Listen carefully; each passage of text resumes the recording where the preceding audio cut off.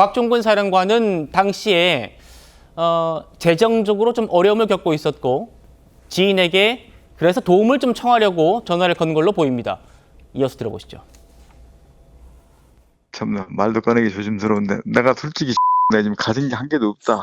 나중에 어려우면 좀 도와줘. 난 지금 애들 아들내미 딸내미 지금 어떻게 먹고 살게 할지 나 그것도 걱정이다. 왜안타 염치가 없다. 김 교수님, 네.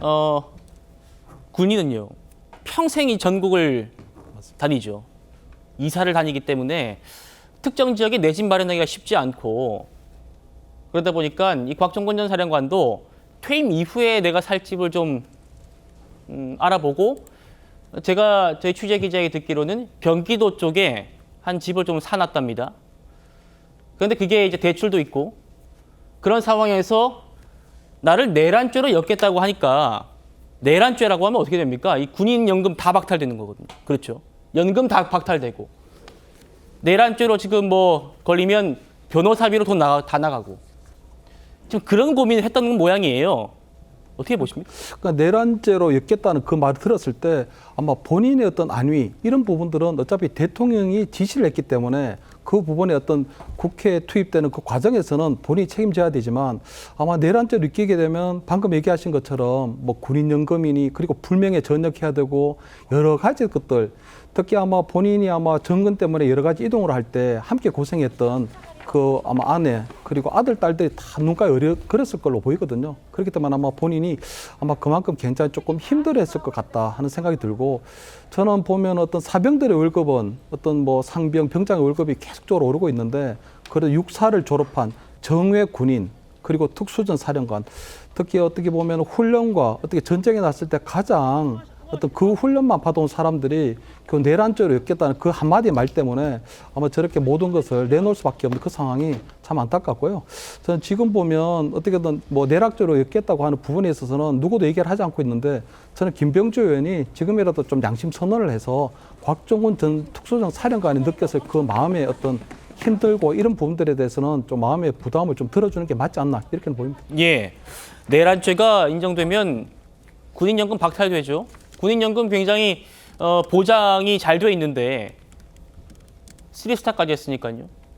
다 박탈될 겁니다. 집은 사놨고 변호사비로는 왕창 깨질 것 같고 이런 금전적인 여유가 없는 곽종근 전 사령관에게 내란죄를 방어해야 하는 그 변호사비는 또 큰 부담이었을 겁니다. 그런데요. 이 통화가 있은 지 닷새 뒤에 곽종근은 민주당 의원들로부터 변호사 소개를 제안받습니다. 전문위원이라는 분이 들어와서 이미 대세는 기울었다. 뭐 민주당이 지켜줄 것이다. 이런 말을 많이 했고 그런 와중에 민주당 두 의원께서 들어오셨습니다. 그러다가 또 박범계 의원 전화를 받고 변호사 한 명이 왔습니다. 그러면서 이제 이 변호사가 조력해 줄 것이다. 민주당 대표하는 뭐 다른 모 회사 뭐 부회장 전문 뭐 변호사라고 하면서 외국에서 들어오고 있다. 모 회사에 변호사를 지원해 주겠다. 그 누가 한 이야기죠? 제 기억에는 부승찬 의원께서 말씀하셨습니다. 그게 그 약속대로 지원이 됐나요? 붙여주겠다고 했는데 이후에 안 붙여진 걸로 알고 있습니다. 이전 위원장님. 네. 실제로 민주당에서 얘기 들어보면 한 명이 왔던 것 같아요. 변호사 한 분이. 그리고 한 분은 삼성의 부회장 전담 변호사인데 지금 외국에서 들어오고 있다. 결과적으로는 다 선임이 안 됐습니다만 어쨌든 지금 곽종근 사령관이 변호사비로 굉장히 고심이 컸을 상황에서 변호사를 붙여주겠다, 조력해주겠다. 자, 동기색은 이렇게 말합니다. 대출 이자를 비롯한 제가 아까 경기도에 집을 좀 샀다고 했잖아요. 그러다 보니까 재정적 압박이 컸던 상황은 맞다. 변호사 소개 제안도 곽 전 사령관에게 의미가 좀 달랐을 것이다. 이렇게 좀 얘기를 합니다. 어떻게 들으세요? 저는 근데 이 문제의 본질적인 것으로 돌아가 봐야 된다고 생각을 하는데요. 네. 일단 내란죄로 엮겠다라고 표현은 했습니다마는 이거는 당신 그렇게 하면 우리가 당신을 내란죄로 엮을 거야 라고는 절대 얘기하지 않았을 거예요. 그 상황에서. 근데 당신 이러다 보면 누가 그랬는지 모릅니다만. 뭐 김병주 그렇죠? 의원이든 박선원 의원이든 국힘 쪽에서 의심하시는 의원들이 네. 그렇게 얘기는 하지는 않았을 겁니다.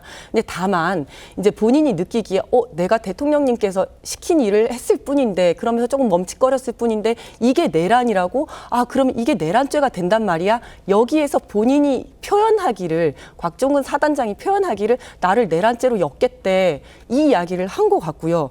그리고 문제는 그러면 이제 회유나 협박을 해서 거기에 넘어갔다는 건데 본인이 만약에 죄를 지은 게 없다면 그런 지시를 받지도 않고 그런 지시를 한 적도 없다면 나는 한 적이 없다라고 이야기를 하면 되지 않습니까? 그런데 여기서 고민을 하고 자기에게 불리한 진술임에도 불구하고 내가 그런 지시를 받았고 단전단수를 고민했다라는 이야기를 한 거는 자신의 불이익을 감수하면서도 진실을 말하게 된 거거든요. 그렇기 때문에 이거는 이제 그 부분에 대한 이제 진실성을 평가를 해야 된다고 생각을 하고요. 아까 변호사와 관련을 해서는 아마 민주당 의원들은 공익제보자의 지위를 생각을 했었을 것 같습니다. 왜냐하면 이렇게 내부적으로 긴밀하게 지시와 이행이 이루어진 경우에는 누군가가 내부 고발 또는 공익제보가 있지 않으면 사건의 실상이 드러나기 힘들 수가 있습니다. 그래서 이 공익제보자의 지위를 고민을 하면서 네. 그렇게 되면 변호사를 선임해 줄 수도 있고 도움을 줄 수도 있는 거니까 그런 이야기를 한 거 아닌가 저는 그렇게 생각을 합니다. 그러니까 공익제보자도 민주당에서 먼저 제안을 했다는 거잖아요. 제안을 했는지는 제가 잘 모르겠습니다. 하지만 그런 걸 생각하고 있었던 거 아닌가라고 예. 생각합니다.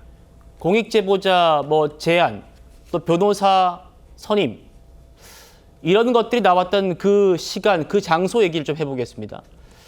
곽종근과 민주당 의원들이 만났던 그날 진술과 관련해서도 이런 말들이 오갔다고 합니다. 그 자리에 있었던 박범계 의원, 김현태 단장 두 사람 목소리 다 준비해봤습니다. 양심 고백을 하는 예. 것을 이제 말씀을 하고 제가 노란 메모지에다가 쭉 써내려갔죠. 곽종근 사령관이 하는 말을 받아 적은 거지.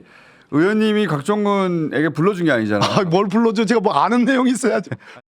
처음에는 그 권유식으로 한번 얘기해 보세요 이렇게 했는데 사령관께서 한번 얘기하시고 그때 이제 박범계 의원께서 노란 메모지에 기록을 쭉 하셨습니다. 잠시 있다가 뭐 한 번 더 해보시겠어요 이런 식으로 요구를 했는데 사령관께서 말한 게 본인이 적은 거 다르다. 아까 그거 아니었지 않냐 이런 식으로 말씀하시면서 이렇게 좀 본인이 메모한 걸 기준으로 이렇게 다시 한번 이야기를 하시면서 이렇게 진행이 됐습니다.